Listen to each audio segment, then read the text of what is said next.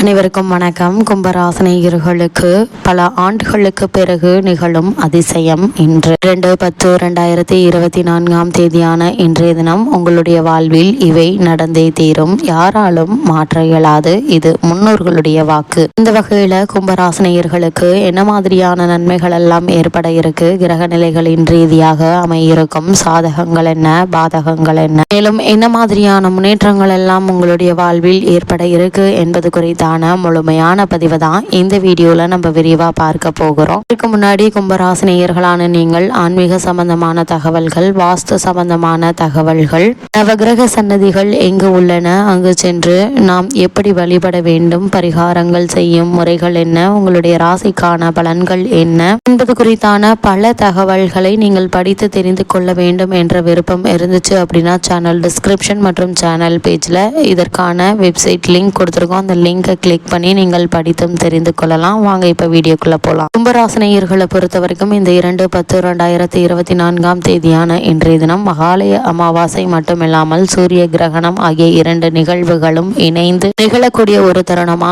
இக்காலகட்டம் அமைஞ்சிருக்குதுங்க. அது மட்டும் இல்லாம இக்காலகட்டத்தை பொறுத்த வரைக்கும் சூரிய பகவான் பித்ருக்காரகன், அதாவது தந்தை வழியை குறிப்பவன் என்று கூறப்படுது. அப்படி சூரிய கிரகணம் நிகழக்கூடிய இத்தருணங்கள்ல முன்னோர்களுக்கு திதி தர்ப்பணம் கொடுப்பது நன்மைகளை ஏற்படுத்தும். அதே போல் இன்றைய நாள் மகாலய அமாவாசையாகவும் இருப்பதால முன்னோர்களுக்கு திதி தர்ப்பணம் கொடுக்க சிறந்த ஒரு காலகட்டமாக இத்தருணம் அமைஞ்சிருக்குதுங்க. அதற்கு முன்னாடி சூரிய பகவானை, சூரிய கிரகணத்தை பற்றி சற்று விரிவாக தெரிந்து கொள்வோம். இந்த ஆண்டினுடைய 2வது சூரிய கிரகணம் இந்த ஆண்டு அக்டோபர் மாதம் 2ஆம் தேதி 2024 அன்று நிகழ இருக்குதுங்க. இது சர்வ பித்ரு அமாவாசை, அதாவது மூதாதையர்களின் அமாவாசை என கருதப்படுகிறது. சந்திர கிரகணத்திற்கு 15 நாட்களுக்கு பிறகு இது வளைய சூரிய கிரகணமாக இருக்குங்க. இந்து மதத்தில் சூரிய கிரகணத்தின் முக்கியத்துவம் முக்கிய பங்கு வகிக்கிறது. அமாவாசை என்று எப்போதும் சூரிய கிரகணம் நிகழும் என்று ஜோதிடம் கூறுகிறதுங்க. சூரிய கிரகணத்திற்கு 12 மணி நேரத்திற்கு முன் இந்த காலம் தொடங்குகிறது. இந்த ஆண்டு சந்திர கிரகணத்திற்கு 15 நாட்களுக்கு பிறகு அக்டோபர் 2, 2024 அன்று சர்வ பித்ரு அமாவாசை, அதாவது முன்னோரி அமாவாசை நாள் இந்த ஆண்டின் 2வது சூரிய கிரகணத்தோடு இணைந்து இருக்கிறதுங்க. சூரியனுக்கும் பூமிக்கும் முன்னால் சந்திரன் நகரும் போது வளைய சூரிய கிரகணம் நிகழும். சூரிய கிரகணங்கள் அல்லது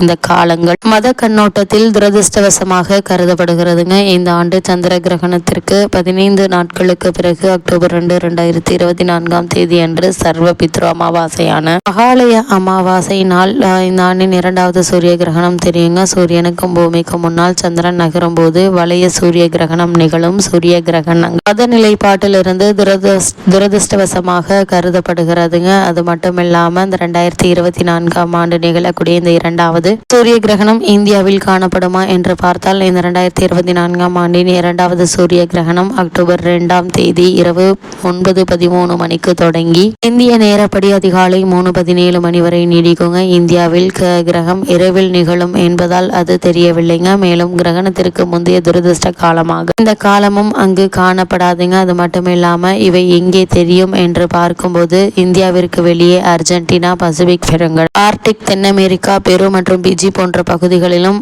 ஆண்டின் கடைசி சூரிய கிரகணத்தை காண முடியுங்க. அதே போல ஒரு வளைய சூரிய கிரகணம் சந்திரனின் மையத்தில் சூரியனின் வட்டத்தை முழுமையாக மறைத்து சூரியனின் விளிம்புகளை சுற்றி ஒரு புத்திசாலித்தனமான வளையத்தை விட்டு செல்லும் போது ஏற்படுகிறது. வருடாந்திர சூரிய கிரகணங்களை வகைப்படுத்தும் நன்கு அறியப்பட்ட நெருப்பு வளையம் இந்த பிரகாசமான வெளிப்புற விளிம்பால் உருவாக்கப்படுகிறதுங்க. இப்படிப்பட்ட இந்த சூரிய கிரகணம் நிகழக்கூடிய இத்தருணங்கள்ல கும்பராசினியர்களுக்கு கிரகங்களுடைய சஞ்சார நிலைகள் என்ன என்று பார்க்கும்போது ரிஷபத்தில் குரு பகவானும், மிதுனத்தில் செவ்வாயும், கன்னியில் சூரியன், புதன், கேது, சந்திரன் ஆகிய கிரகங்கள் இணைந்து சஞ்சரிக்கிறாங்க. அதே போல் கன்னிராசியில் இந்த கிரகங்களும், அதே போல் கும்பத்தில் சனி, சுக்கிரனும், கும்பத்தில் சனி வக்ரகதியிலும், மீனத்தில் ராகுவும் சஞ்சரிக்கிறாங்க. இந்த கிரகங்களுடைய சஞ்சார நிலைகளின் காரணமாக கும்பராசினியர்களுடைய வாழ்வில் மேலும் என்ன மாதிரியான முன்னேற்றங்கள் எல்லாம் ஏற்பட இருக்கு என்று பார்க்கும்போது உங்களுடைய ராசியில் ராசிநாதனே இருப்பது ஒரு பலம் என்று தாங்க சொல்ல வேண்டும். 7.5 சனி என்றாலும் கூட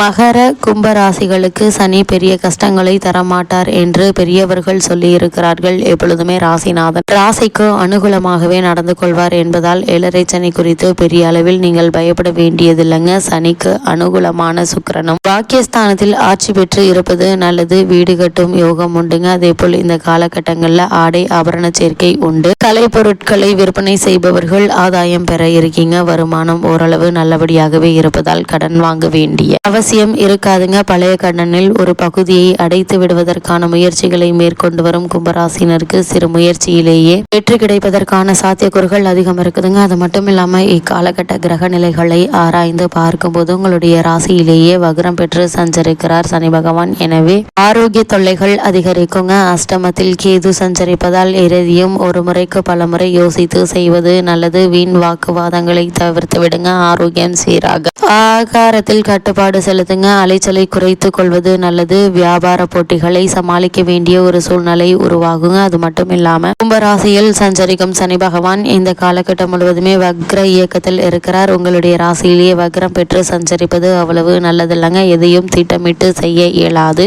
திடீரென மாற்றம் வந்து கொண்டே இருக்குங்க. வரவை காட்டிலும் செலவுகள் சற்று கூடுதலாக இருக்குங்க. வாய்ப்புகள் வந்தாலும் உபயோகப்படுத்தி கொள்ள இயலாது. இக்காலத்தில் அனுபவஸ்தர்களின் ஆலோசனையை அருளாளர்களின் அறிவுரையும் கை கொடுக்குங்க. புதியவர்களை நம்பி எதுவும் செய்ய இயலாது. புனித பயணங்களை மேற்கொள்வதில் தடங்கல்கள் ஏற்படலாங்க. இந்த மாதம் முழுவதுமே சனிக்கிழமைகள்ல விரதம் இருந்து விநாயகர், அனுமர், சனி பகவான் ஆகியோரை வழிபடுவது எண்ணற்ற நன்மைகளை ஏற்படுதுங்க. அது மட்டும் இல்லாம இத்தருணங்கள்ல கும்பராசினியர்களுக்கு புதன் கன்னி ராசியில் உச்சம் பெற்று சஞ்சரிக்கிறாரு. உங்களுடைய ராசிக்கு பஞ்சம மற்றும் அஷ்டமாதிபதியான புதன், அவர் அஷ்டமாதிபதி உச்சம் பெறுவது அவ்வளவு நல்லதில்லைங்க. சில இடர்பாடுகளுக்கு மத்தியில் உங்களுடைய முன்னேற்றம் ஏற்படுங்க. ஒரு சிலர் தொழில் ஏமாற்றத்தையும் இழப்புகளையும் சந்திக்க நேரிடுங்க. புதியவர்களை நம்பி செய்த காரியம் குறையாக நிற்குங்க. பிள்ளைகளின் வருங்கால முன்னேற்றம் கருதி எடுத்த முயற்சிகள் தாமதம் ஏற்படுங்க. வரன்கள் முடிவாது தள்ளி போகிறது என்று கவலைப்படுவீங்க. இது போன்ற நேரங்களில் பொறுமையை கடைபிடிப்பதோடு இறை வழிபாட்டையும் மேற்கொள்ளுங்க. அது மட்டும் இல்லாம உங்களுடைய ராசிக்கு சுக்கிரன் சொல்கிறார். அது சுக்கிரனுக்கு சொந்த வீடாகும். உங்களுடைய ராசிக்கு 4, 9 ஆகிய இடங்களுக்கு அதிபதியானவர் சுக்கிரன். அவர் 9ஆம் இடத்தில் சஞ்சரிக்கும் போது எல்லா விதமான நன்மைகளும் வந்து சேருங்க. பாக்கியஸ்தானம் வலுப்பெறுவதால் பிள்ளைகளின் முன்னேற்றம், தொழில் வளர்ச்சி, பொருளாதாரத்தில் உயர்வு போன்றவை திருப்திகரமாக இருக்குங்க. உத்தியோகத்தில் நீங்கள் எதிர்பார்த்த இடமாற்றமும் நிறுவன மாற்றம் வரலாங்க. எதையும் திட்டமிட்டு செய்து வெற்றி பெறுவீங்க. பெற்றோரின் ஒத்துழைப்பு பெருமை காணக்கூடிய ஒரு தருணமா அமைஞ்சிருக்குதுங்க. பொது வாழ்வில் உள்ளவர்களுக்கு தருணங்கள்ல பிற்பாதையில் மகிழ்ச்சிக்குரியதாக அமையுங்க. வியாபாரம் மற்றும் தொழில் செய்பவர்களுக்கு எதிர்பார்த்த இலக்கை அடைய வழிபிறக்கும். உத்தியோகத்தில் உள்ளவர்களுக்கு உயரதிகாரிகளின் நுணுக்கங்களை கற்றுக் கொடுப்பார்கள். கலைஞர்களுக்கு விலக்கி சென்ற ஒப்பந்தங்கள் மீண்டும் வரலாங்க. ஆசிரியர்களுடைய ஒத்துழைப்பால் மாணவ மாணவிகள் கல்வியில் அக்கறை செலுத்துவாங்க. பெண்களுக்கு ஆரோக்கிய தொல்லை அதிகரிக்குங்க. அது மட்டும் இல்லாம இத்தருணங்கள்ல கிரக நிலைகளின் ரீதியாக கூறப்படும் பரிகாரம் என்ன என்று பார்க்கும்போது பராசக்தி வழிபாடு எண்ணற்ற நன்மைகளை ஏற்படுத்துங்க. அது மட்டும் இல்லாம ஜென்மசனி என்பதால் பிரதோஷ விரதம் தவறாது கடைபிடிங்க. லட்சுமி நரசிம்மரை வணங்குங்க. வாழ்வில் துன்பங்கள் குறையும், நன்மைகள் அதிகரிக்கும். அதே போல் முன்னோர் வழிபாட்டை மேற்கொள்வதும் எண்ணற்ற முன்னேற்றத்தை ஏற்படுத்தும்.